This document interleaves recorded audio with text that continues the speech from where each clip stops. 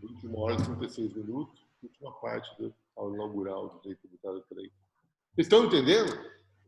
O direito positivo, gente, ele é jogo, ele está valendo. É o processo. Se você perder o processo, você não vai conseguir o dinheiro para o seu cliente. Então, você veja que o direito positivo, por isso que o direito positivo não é qualquer um que faz ele.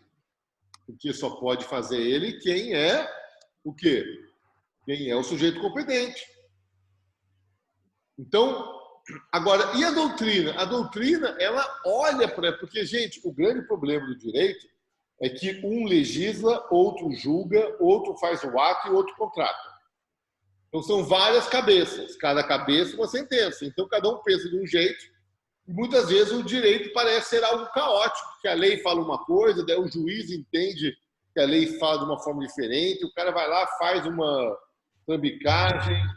Então, isso parece ser caótico. Quem é que vai sistematizar o direito? Quem é que vai olhar para as leis, para as decisões judiciais, para os contratos, para os atos administrativos, ou até mesmo para os costumes? E quem que vai olhar para tudo isso e vai sistematizar tudo isso? E vai tentar mostrar para alguém como esse direito positivo se apresenta? Estamos entendendo?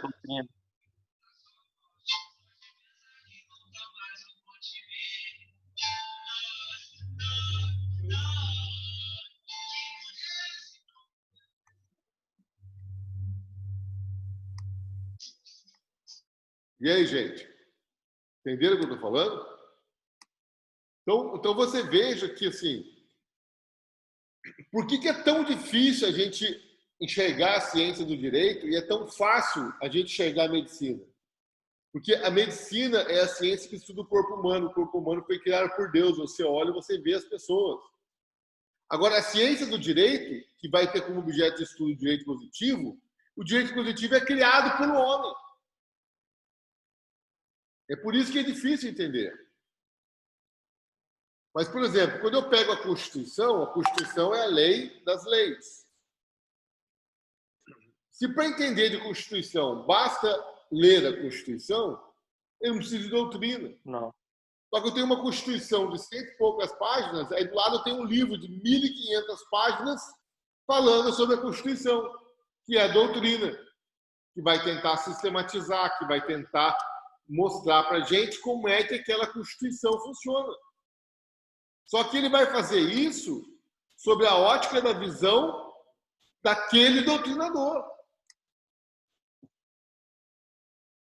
Então você vai pegar um doutrinador e vai falar assim para você: olha, analisando a Constituição Federal da República Federativa do Brasil de 1988, não posso chegar a outra conclusão a não ser de que uma pessoa só pode ser presa após o trânsito em julgado da sua sentença penal condenatória. Pronto. Veja só, é um doutrinador olhando para o direito brasileiro e falando que, para ele, doutrinador, aquele brasileiro, no Brasil, só pode ser preso após o trânsito julgado da sentença penal condenatória. De repente, vem um outro doutrinador e fala: não obstante o disposto no artigo 5º, inciso tal, da Constituição Federal, entendemos que no Brasil, uma pessoa começar a cumprir pena independe do trânsito julgado, basta julgamento de segundo grau. Aí começa a confusão. Agora, eu pergunto para você: alguém vai ser preso porque o doutrinador disse que pode prender após condenação em segunda instância? O que vocês acham? Não. Agora, se o desembargador, num acordo, mandar expedir o mandado de prisão, aí você lascou, concorda? Por quê? Porque a decisão judicial ela é direito positivo, ela tem força prescritiva, ela é válida ou inválida, ela faz acontecer, ela é jogo, independente dela estar certa ou errada. Mandaram o Queiroz para prisão domiciliar. A decisão está errada. Não cabe falar isso. Pô, Você pode até falar isso na qualidade de cientista do direito, concorda? Você, como cientista do direito, fala, eu não concordo com aquela decisão que mandou o Queiroz para casa dele, prisão domiciliar, por causa disso, que ele um, que ele outro. Agora, você, enquanto operador do direito, enquanto advogado do Queiroz, mesmo que você entender que a decisão é equivocada, a decisão é válida, vai surtir efeitos. E você vai ter que correr atrás de uma outra linguagem se você quiser reverter aquela. Entenderam o que eu estou falando, né? Então, assim, a ciência do direito, tá, é um corpo de linguagem descritiva que não tem força, mas ele tem o condão de analisar o direito positivo e explicar o direito positivo como é que ele funciona. O problema é que existem vários doutrinadores com pensamentos diferentes. Então é aquela história. Eu vou produzir várias concepções, várias teorias diferentes para explicar o mesmo fenômeno, que é o direito positivo brasileiro.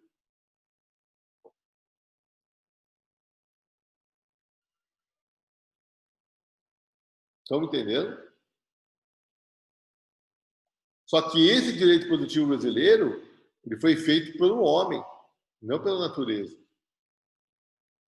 Ah, você quer ver uma coisa? Tinha um professor na faculdade que era juiz de direito, tá?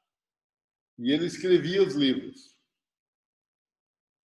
Então, de dia, no gabinete dele, o que ele faz?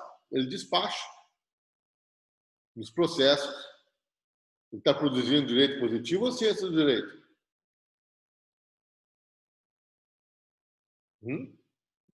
Eu. Direito positivo. Ele não está preocupado em descrever como que o direito é. Está preocupado em mandar prender, mandar soltar, mandar pagar, mandar sair da casa. Tá ok? É claro que na fundamentação da decisão, aí ele pode fazer um trabalhinho típico de doutrina para justificar a decisão dele, tá ok?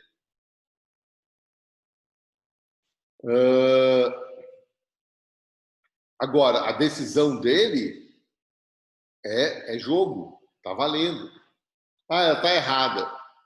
Errado ou certo, não importa. O que importa é que ela é válida, porque ela foi feita por uma pessoa competente, mediante procedimento. E ela vai gerar os efeitos jurídicos, mas ela deve gerar os efeitos jurídicos ao qual ela se presta. E você, que considera ela um equívoco, que lhe desagrada aquela decisão judicial, cabe a você correr atrás para produzir uma outra decisão judicial para anular aquela. E se você não puder fazer isso, perdeu o Playboy.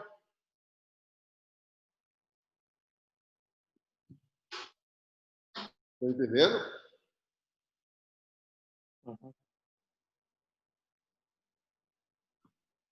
Estão entendendo, gente? E mais, hein? O juiz, ele vai julgar sem ter visto o que aconteceu, hein? Ele vai julgar só no que apresentarem para ele. Hoje ainda tem exame de DNA, né? Imagina você julgar uma ação de reconhecimento de paternidade sem DNA, na base da testemunha. Imagina a insegurança, né? Não, mas você viu os dois juntos? Vocês sabiam que eles transavam? Não sei o que tal. Tem certeza que ela não tinha outro? Olha que situação dificílima, né? Hoje, com o exame de DNA, tá mais fácil, né? Então, gente, essas eram as considerações que eu tinha para vocês nessa aula inaugural. Não é uma aula de direito tributário, é uma aula de teoria geral do direito, onde eu falo da linguagem e eu alerto vocês para que vocês tomem muito cuidado com a linguagem, muito cuidado com a linguagem jurídica, porque nós vivemos um mundo linguístico e não devemos confundir o charuto, o cachimbo, com a sua representação linguística. Isso é muito importante. Isso é muito importante mesmo, tá? O homem cria suas realidades linguisticamente. E a sociedade é uma criação linguística. E o ordenamento jurídico também é uma criação linguística. O direito brasileiro, o direito positivo brasileiro que está aí, ele está aí. O direito são as leis, são as decisões, são os contratos, os atos administrativos. E sobre eles paira a doutrina que tenta explicá-lo. E hoje está bem difícil explicar como é que funciona o direito brasileiro, né? Porque nós temos decisões judiciais de todos quanto é gosto, né? Tudo quanto é jeito, né? É bem complicado hoje você explicar, somente direito constitucional, né? Porque de repente tem uma Suprema Corte que vai lá, que abre um inquérito, que toca o inquérito, que manda produzir prova do inquérito, que é acusado no inquérito e que vai julgar os acusados e manda prender, manda soltar e né, o Ministério Público fala que não quer e ele fala que se deve no Ministério Público. Né? Nós temos vários problemas, né? Nós temos várias questões, né? Porque nós decidimos, muitas vezes, conforme quem é que está lá, tal, decisões políticas, né? Corrompe o jurídico. Alguma dúvida, gente? Muito viagem essa aula? Não foi viagem, professor, mas foi um pouco cansativa. No pain, no gain, Matheus. E por quê, professor? Fala, Wilton. Foi muito bom, foi positivo aí. Fala, Wilton. Eu concordo com o Lemos, que ele acabou de falar, mas eu queria saber o porquê dessa aula inaugural nesses moldes no sétimo. Eu sei que é uma questão subjetiva do senhor aí, e eu gostei da aula e eu acho que foi válida, né? É uma provocação que a gente deveria ter, acho que durante o curso todo e até o final, né? Acho que todo mundo que estuda qualquer ciência tem que ter esse tipo de motivação, todo momento se questionando a respeito disso. Mas por que agora o senhor, ou porque o senhor escolhe essa introdução para a aula de direito tributário no sétimo semestre? Por que, Wilton? Quando eu fui estudar direito tributário com o professor Paulo de Barros Carvalho, ele me ensinou tudo isso, cara. Tudo isso que eu estou falando para vocês aqui, gente, eu aprendi com o professor Paulo de Barros Carvalho. E eu vou falar uma coisa a vocês, é a filosofia da linguagem, cara. Essa é a filosofia do momento, entendeu?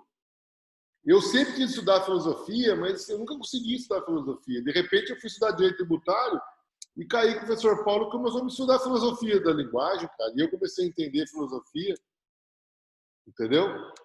Então, eu trago isso para o curso de direito tributário, porque eu acabo fazendo essa analogia, entendeu? E vou voltar a esse assunto outras vezes, em outras oportunidades, tá? Porque, para mim, é fundamental vocês saírem da faculdade já tendo noção de que direito é linguagem, de que a linguagem não é realidade, que a linguagem é uma construção da realidade, entendeu? Porque quando eu saí da faculdade eu nem imaginava isso. Agora, por outro lado, eu acho que se eu falar tudo isso que eu estou falando para vocês agora, no começo da universidade, pode ser que seja meio cruz ainda, entendeu? Talvez, falando agora, que vocês estão mais para a saída, talvez seja mais frutífera a aula, entendeu? Porque você já tem uma noção de direito, né? Apesar de eu ter perguntado no começo da aula o que é direito, todo mundo ter ficado meio assim para responder, mas você já tem uma noção. Talvez vocês não saibam nem falar ainda, né? Que é uma característica de quem tem uma noção, mas não tem uma ideia precisa na cabeça. Né? Ela tem uma noção do que é, mas ela não consegue falar, né? Mas, assim, eu não tenho dúvida, gente, nenhuma, de que o direito... Aliás, o conhecimento humano se manifesta pela linguagem. Linguagem escrita, linguagem falada, linguagem pensada. Um dia nós vamos nos comunicar pelo pensamento, gente. Já pensaram nisso? Porque o pensamento, ele flui. Vocês nunca leram o pensamento de uma outra pessoa?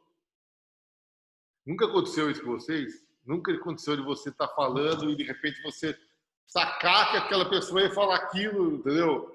É que a gente Aí é outra viagem, né, professor? Hã? Aí é outra viagem, né? É outra viagem. Muito boa, por sinal. Mas é interessante porque, assim, as pessoas... É legal falar isso, Zé. Eu não falei uma coisa para vocês, que é o seguinte. Quando aqueles caras acreditam em algo da ciência, tá?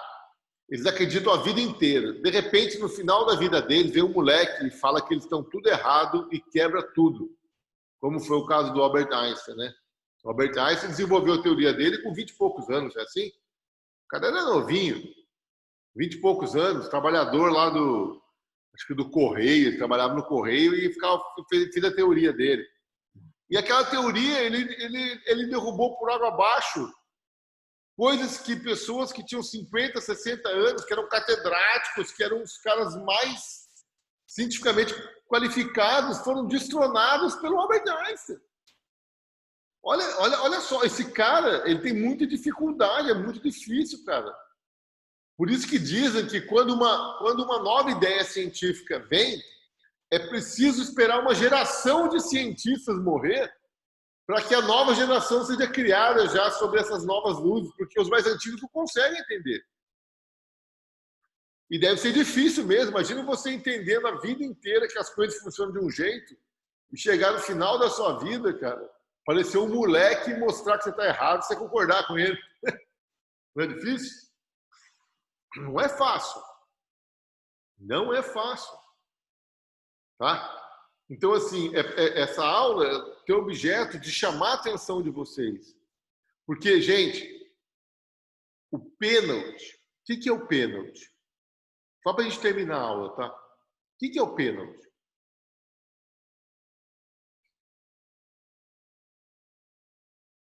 O que é o pênalti, gente? Pelo amor de Deus, você não sabe o que é um pênalti? É uma falta num determinado local. É quando um jogador de futebol do time adversário, né, comete uma falta dentro da área, não é isso? Agora, o que é uma falta é uma outra questão, ok? O que é uma falta é um outro conceito, né? Mas pênalti é uma falta cometida dentro da área. Bom, pergunto eu a vocês. Aquele pênalti que o jogador do Palmeiras cometeu no jogador do Corinthians, na final daquele campeonato patético lá de futebol que teve semana passada. Foi pênalti ou não foi pênalti? Foi um pênalti infantil, né? Tá.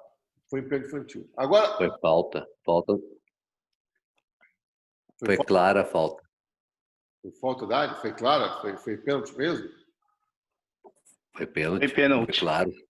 Então, vamos imaginar que não tivesse tão claro assim, tá? Porque esse exemplo, ele realmente, eu achei que aquele pênalti foi infantil, né? Mas vamos imaginar que nós tenhamos dúvidas se foi ou não foi pênalti. Ok? Vocês concordam que os corintianos vão ter uma tendência de achar que foi pênalti? E você concorda que os palmeirenses vão ter uma tendência de achar que não foi pênalti? Concorda ou não? Sim ou não? Sim. Sim, é porque tem um lado, Sim. né? E sabe o que é o mais louco? É que acaba o jogo e aí vem um programa de televisão à noite, ficam 5 homens discutindo se foi ou não foi pênalti. Não, foi pênalti, não pegou na canela, não encostou na canela. Veja que na hora que ele toca a canela está fora da área, né? Mas... É porque sabe que tem alguém que vai assistir isso de novo, né? Sim, mas eles estão discutindo se foi ou não foi pênalti. Concorda comigo? Não concorda comigo? Eles estão discutindo se foi ou não foi pênalti, não é isso? Agora eu quero saber de você o seguinte: no futebol, o que eles estão discutindo vale alguma coisa? Vale ou não vale, gente? Absolutamente nada. Nada. Por quê? O que vale para o futebol? É decisão do juiz. A decisão do juiz. Se o juiz entender que foi pênalti, pênalti será. Se o juiz apitar para a bolinha lá, é pênalti. Se o juiz marcou, se o juiz entendeu que é pênalti, é pênalti. Por quê? Porque o juiz é o sujeito competente. E ele tem o procedimento. Ele apita e aponta para a bolinha.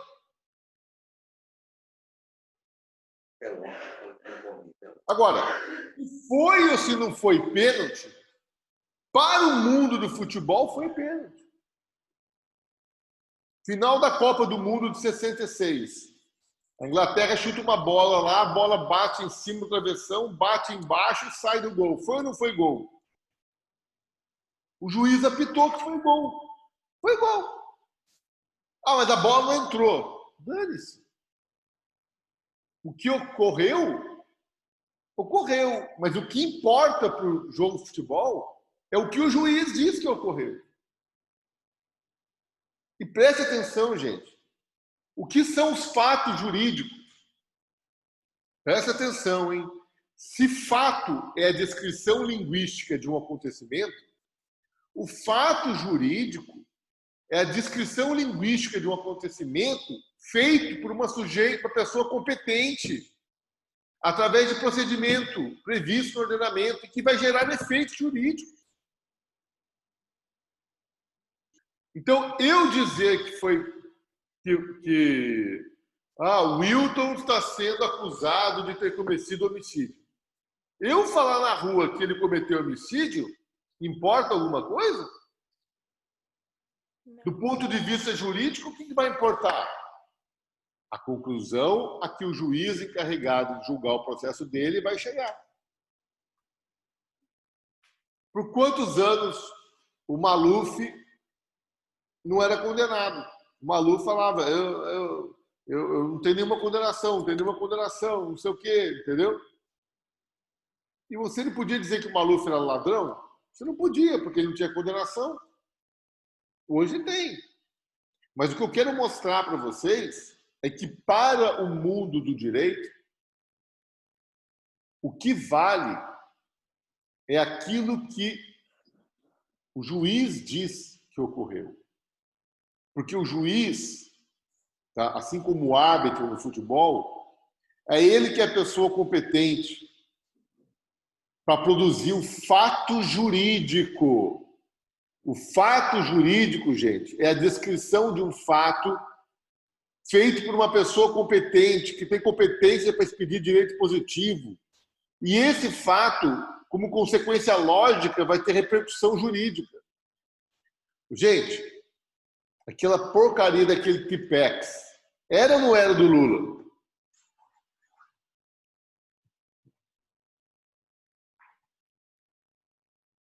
Eu não sei se era ou se não era do Lula. E para o mundo jurídico, pouco importa o que eu entenda. Por quê? Porque para o mundo jurídico, o que importa é o que o juiz colocou na sentença. E o juiz colocou na sentença que ele entendeu que o ex-presidente Lula recebeu aquele apartamento como parte de um benefício de um esquema de corrupção. E lavou dinheiro com aquele apartamento. Pronto. Condenou. Aí veio o tribunal e falou, não, realmente é dele, há mais do que porque há indícios. E aumentou a pena. E é claro que vai vir o Supremo agora e vai falar que o Moro é suspeito em poder ter julgado ele. Vai condenar, vai cancelar a condenação, né? Vai anular a condenação. Está me parecendo que é capaz de acontecer isso. Mas o que eu quero mostrar para vocês é que se o apartamento ou não é do Lula, se o apartamento foi ou não foi usado para lavagem de direito, do ponto de vista de dinheiro, do ponto de vista jurídico, o que importa é o que o sujeito competente diz. E não é nem no jantar da casa dele, hein? O que o juiz de direito diz no jantar da casa, vamos supor que o juiz de direito é professor da faculdade. O que ele fala na faculdade pouco importa. Porque o que importa para o direito é o que ele fala no processo judicial, que é o procedimento adequado para apurar aquilo lá. Estamos entendendo?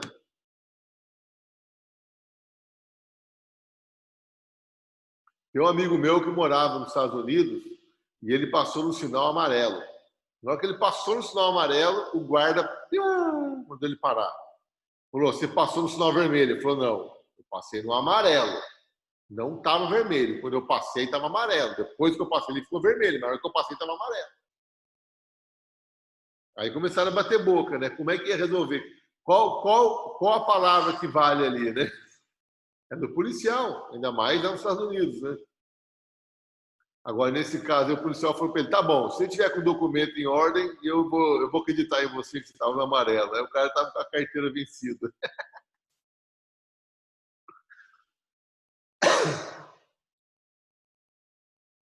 Tudo bem, gente? Por isso, é muito importante, tá? A gente, quando vai trabalhar com o direito, tomar muito cuidado, porque muitas vezes o cliente tem razão, mas se você não conseguir provar em juízo a razão do seu cliente, ele não vai ganhar o direito. Mesmo que ele tenha, mesmo que ele acredite que ele tenha. Porque tudo que ele diz que tem que ser juridicamente produzido. Não adianta ele falar para você. Isso tem que ser feito por uma linguagem jurídica, linguagem competente, que é a linguagem do direito, que é aquela que produz consequências jurídicas. Entenderam, gente? Dúvidas?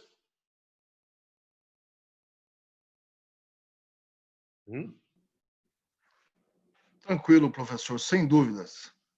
Tá bom? Então, eu agradeço a presença de todos aí. Sei que é uma aula um pouco diferente, aí, meio viajandora, mas eu estou plantando uma raiz aqui com vocês. Estou plantando uma semente, estou plantando uma raiz.